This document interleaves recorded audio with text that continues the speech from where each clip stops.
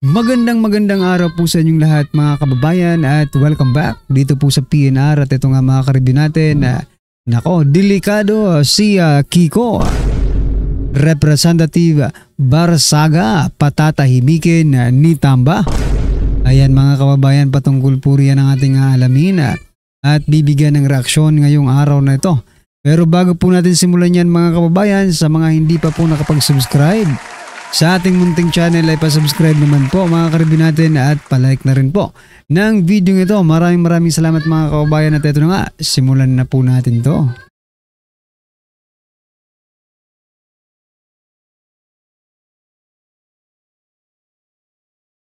So ayan mga ka-review natin, bago po natin i-play ang video ito, pasadahan po muna natin ang mga nagte-trending na mga balita dito po sa mundo ng social media at unahin na nga po natin to.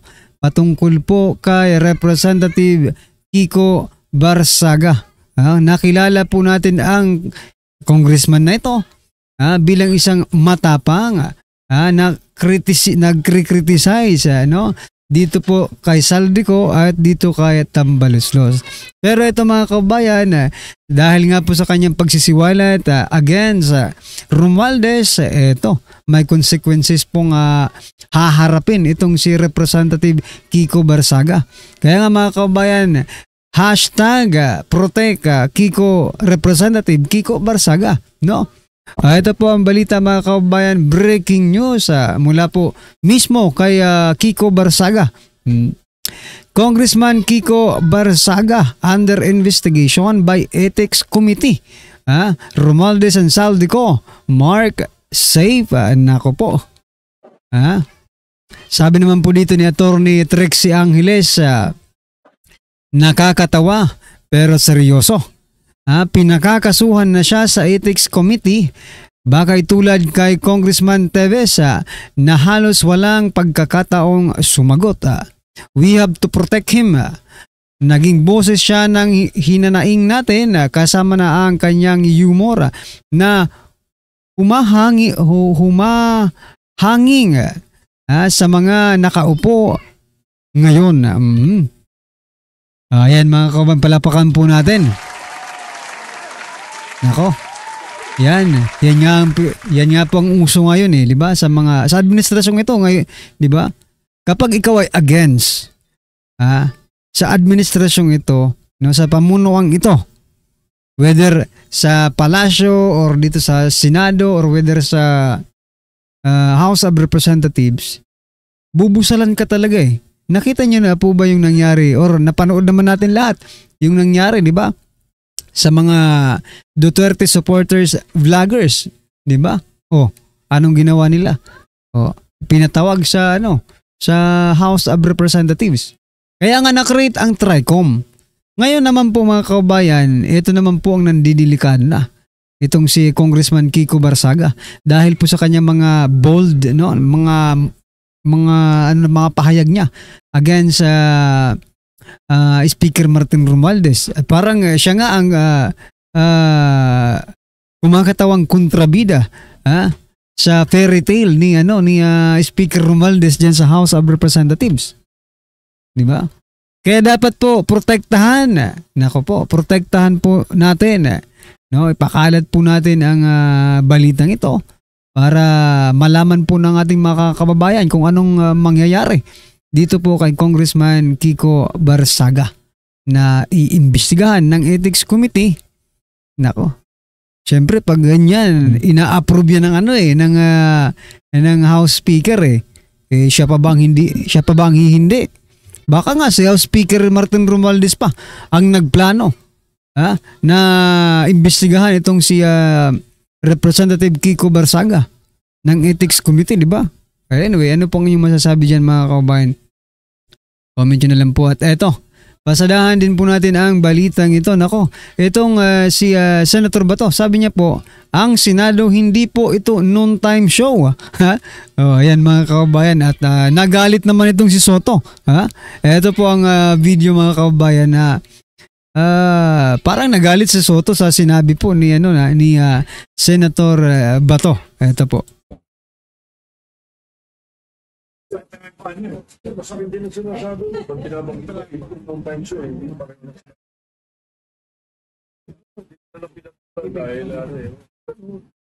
totoo nun, mas marami na tulungan yun.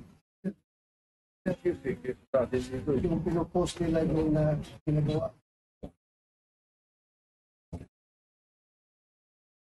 Masabi din ang sinasabi mo, ba't binabanggit na yung time show, hindi pa rin na sinasabi.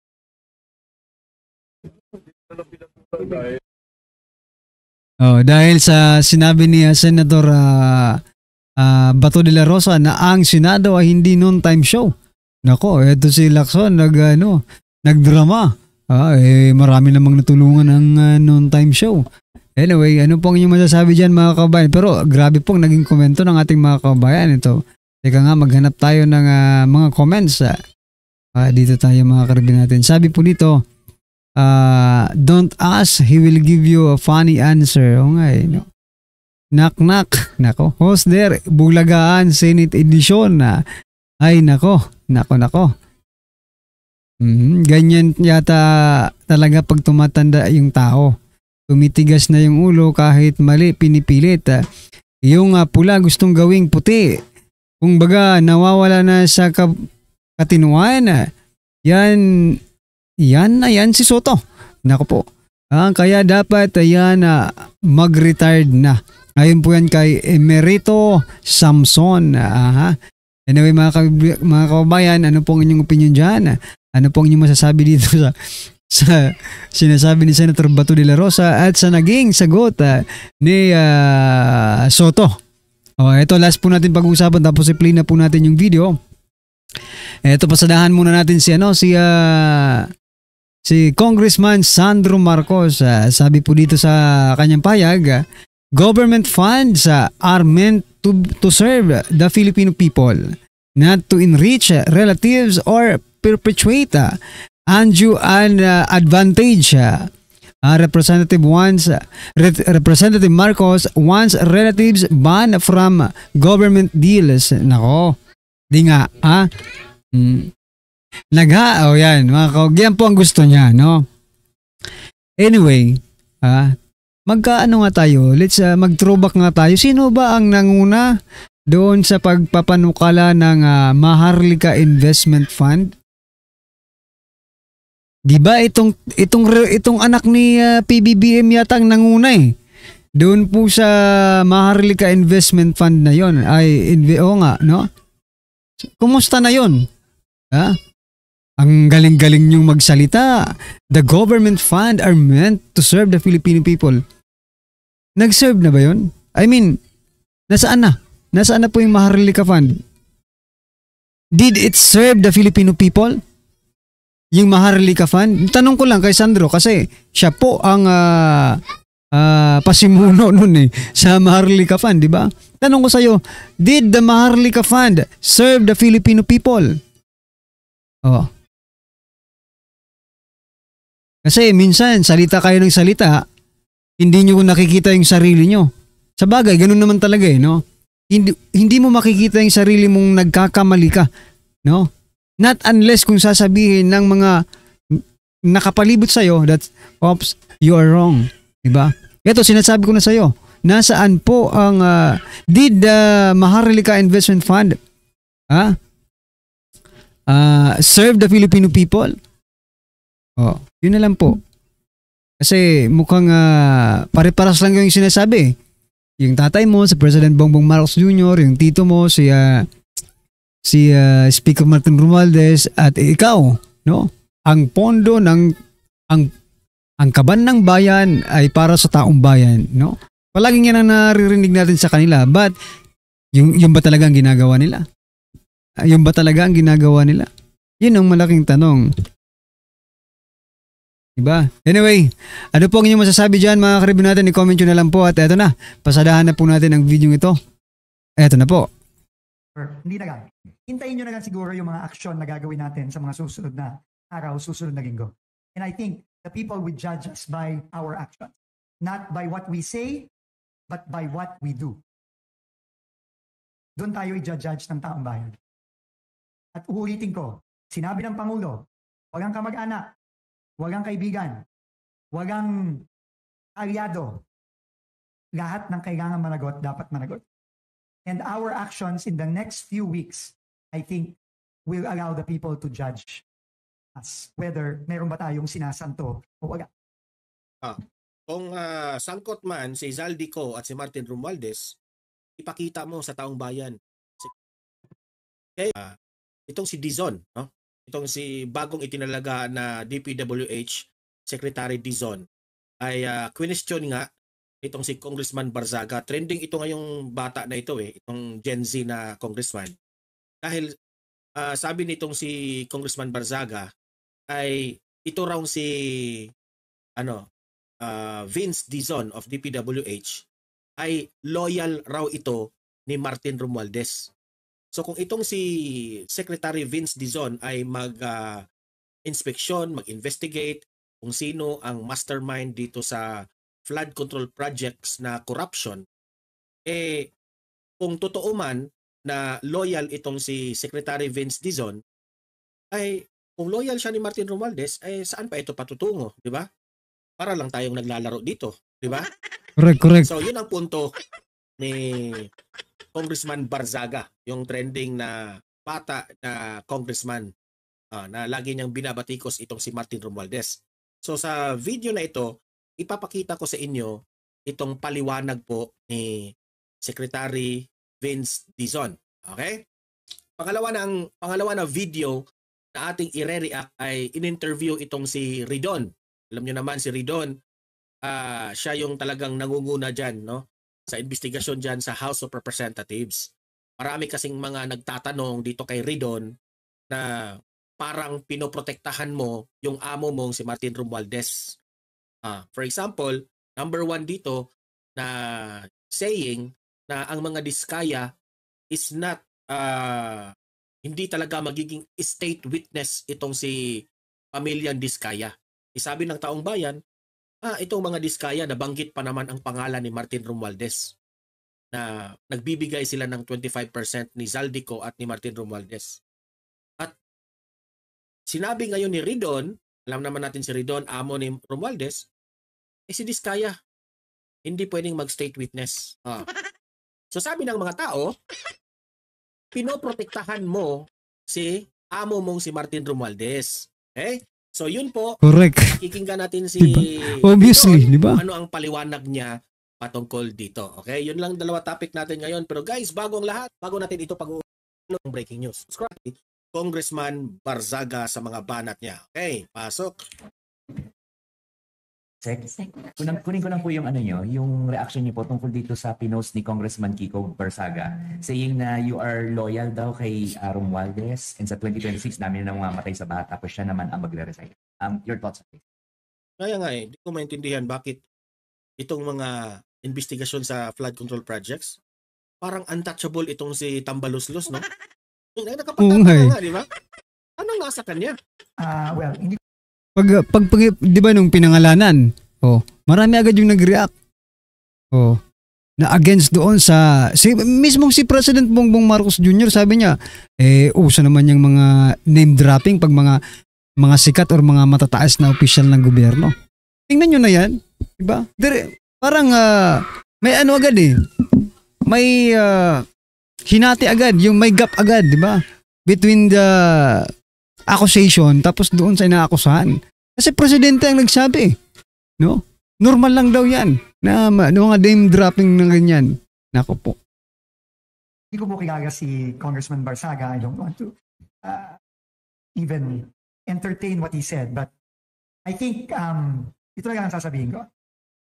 Our actions will define what he just said. Hindi ako pupunta dito sa i-deny ko, whatever. Hindi na lang.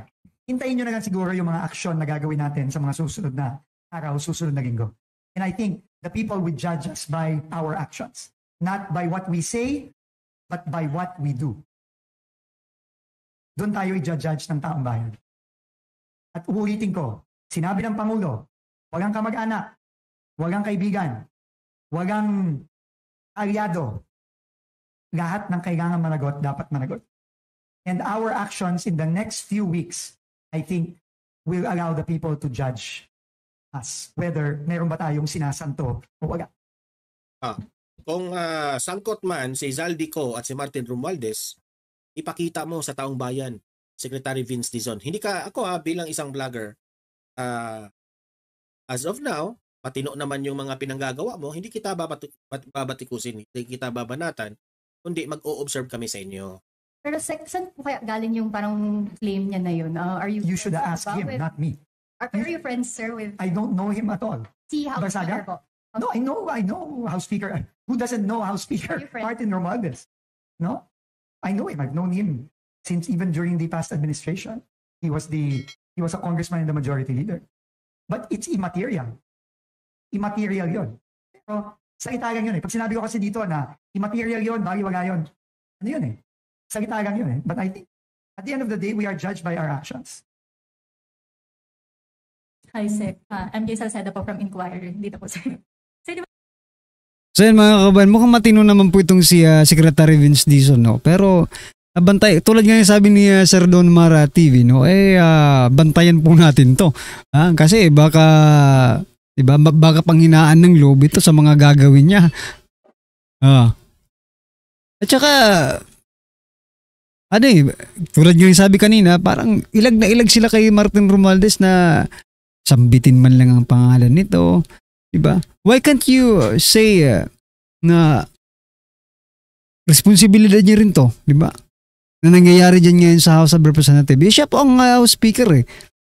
Pipirma siya sa lahat ng mga transaction dyan. I mean, sa lahat ng pagdidesisyon, siya po ang pumipirma. Mga kaubayan. Speaker Martin Romualdez. Diba? House of Representatives. Tulad ng Pangulo, no? Pumipirma rin yan. Kapag pinirmahan mo yan, you know it, no? Alam mo yan eh, no? Alam mo magganyan, pero pinirmahan mo pa rin. Ibig sabihin mga kaubayan, alam po nila ang nangyayaring ito.